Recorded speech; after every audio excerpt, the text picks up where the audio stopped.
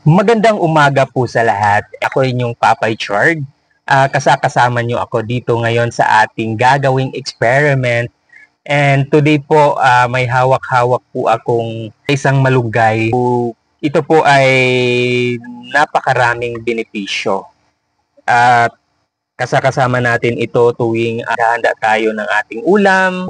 Hinahalo po itong ingredients. So ito po ay isang malunggay or moringa. So ano po ba yung malunggay? And ano po ba yung gagawin natin today sa malunggay? So ang malunggay po or moringa is a nutritious plant benefits including a high content of ibig sabihin po meron po siyang vitamin C, A at B6, minerals composed of iron and magnesium, and antioxidant that free from radicals. Itong malunggay din po ay nagbo-boost po sa atin kasi po meron po siyang antioxidant levels na nagpapababa po ng ating mga bad cholesterol, blood sugar, and it can support skin, hair, and liver health. Sometimes po ginagamit po ito ang gamot sa ating mga sugat. So kung naalala nyo kung nung mga kabataan natin, pasusugatan tayo, ito yung malunggay ang pinaka-immediate. Bago kasi wala pang gamot nun pagkasugat natin. So immediately, ito po muna yung kinukuha natin. But umiinom po tayo ng gamot. Ito po is kanang yung immediate gamot lang po siya, yung malunggay. Pero napakarami po niyang nakukuha na benefits. And aside from that, sinasali din to sa mga ulam natin, yung sabaw.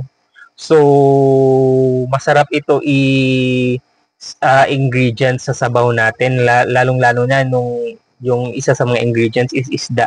So masarap po itong malunggay. So ano po ba yung gagawin natin? So ang gagawin po natin today is gagawa tayo ng malunggay chips. So nakikita mo natin doon sa mga YouTube kung gaano po yung ano po yung mga ingredients no. So gagawin po natin today and gagawin ko po ito para sa inyo and para makita nyo po kung ano ang other alternative things na pwede natin gawin sa malunggay. So this time, hinahanda na po natin yung malunggay natin. And next nito ay i-mix natin yung mga ingredients. So ito po yung Knorr cubes. So nilalagay po natin yung Knorr cubes at minimix po natin. Then nilalagyan po natin siya ng asin. Importante po yung asin ng pampalasa at saka garlic powder. So ito po yung garlic powder na hinahalo natin. Ay, itlog. Ha?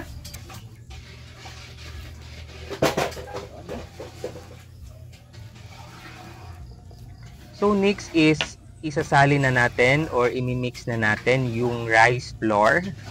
So pinasadya pa po natin yan sa palengke at pinagaling po natin siya sa palengke. So ito po yung rice flour. So isa po siya sa mga ingredients. So minimix po natin. So at least 2 cups of rice flour po yung ilagay natin. And sa isang buong Knorr cubes yung ilalagay natin at lagyan din natin yung kakaunting garlic powder na pangpalasa. So ito po.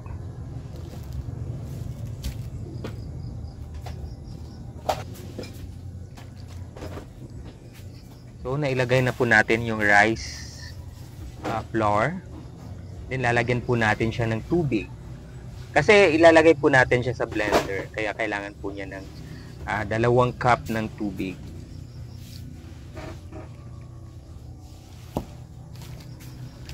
So imimix lang po natin siya ng kaunti. So mix po natin siya.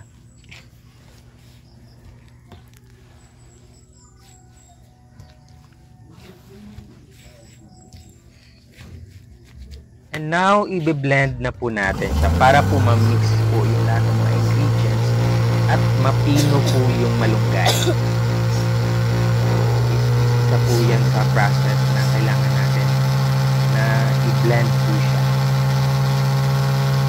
So, bine-blend na po natin. So, after natin po ma-blend, ilalagay po natin siya sa maliit na lalagyan.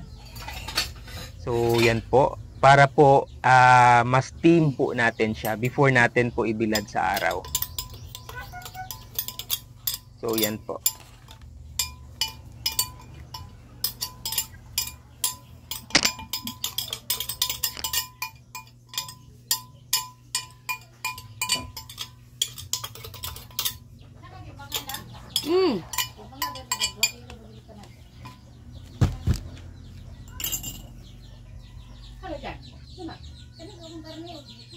Ha? 2.1. Dili lagi daw mo ano? 100 grams. So ito po, na-steam na po natin siya. Bale, dalawang layer po yung ginamit natin na steam. So meron pa yan sa ibaba. And wait tayo until tumigas siya mga 10 minutes. Then ito na po.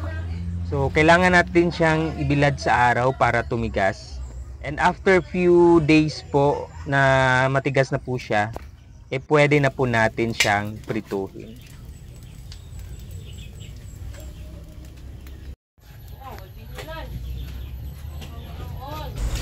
At ngayon ay lulutuin na natin ang ating finished product na malunggay. Chips.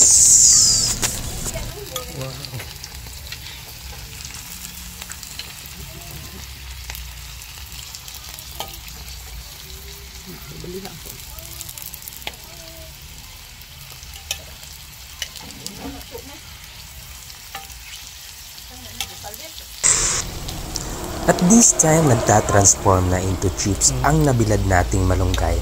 And paalala po, huwag po masyadong lakasan ang apoy para fair ang pagkaluto at crispy siya.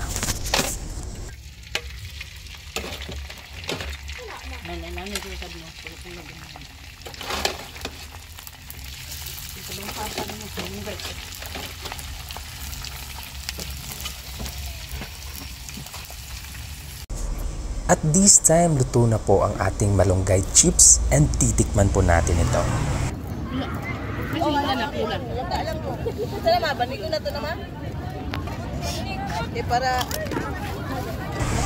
Wow, ang sarap at napaka-crispy ng chicharon.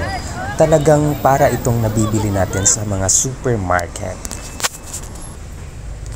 Maraming salamat po sa inyong panonood and supportahan niyo po ang aking video by following Papay Chard at Ganda Dito Pinas Facebook page